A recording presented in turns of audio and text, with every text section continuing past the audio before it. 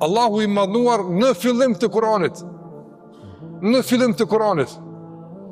në surën e parë, në surën Al-Fatiha, Allahu i madhnuar në mësën lutjen e parë dhe kryesore që duhet ne si besimtar në vazhdimsi ta lutim Allahun xhalla xhelalu për të.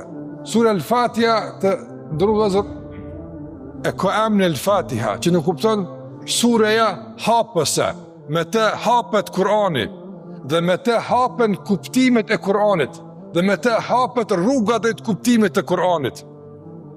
Pra se ka rasësh emrin Al-Fatiha, është derë, është port, që përmes saj të hynë në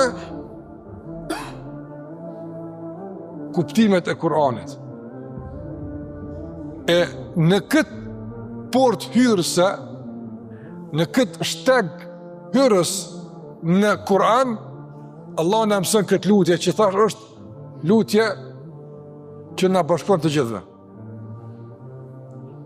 Allahu thot, ihdina s-sirata al-mustaqim.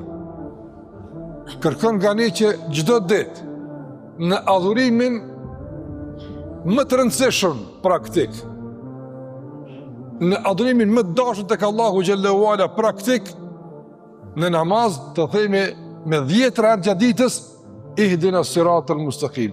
Na udhëzo o Zot në rrugën e drejtë. Ky ajet ndërlozë na mëson shumë gjëra. Mas pari, këtu Allahu po thot na udhëzo. O Zot na udhëzo. Ku është përgjigje e kësaj lutje?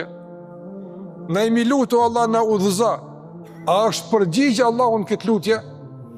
Po. Kjo kërkesë është në surën Fatiha, surja e parë e Kuranit.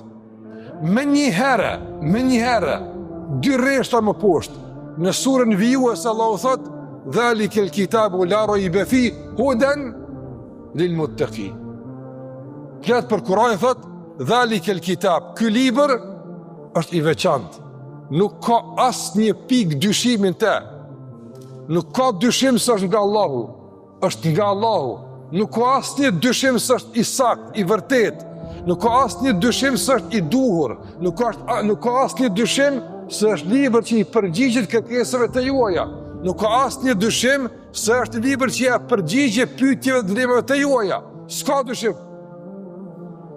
E çka ky libër e Zot që ka kaq domethën bindës, kaq përmbledhës, kaq domethënës, kaq i vërtet, çka është ky libër? Hudan. Ky është udhëzim. Ktu e keni udhëzimin. A e kërkuat udhëzimin surën Al-Fatiha?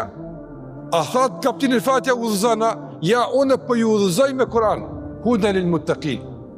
Allahu është përgjigj.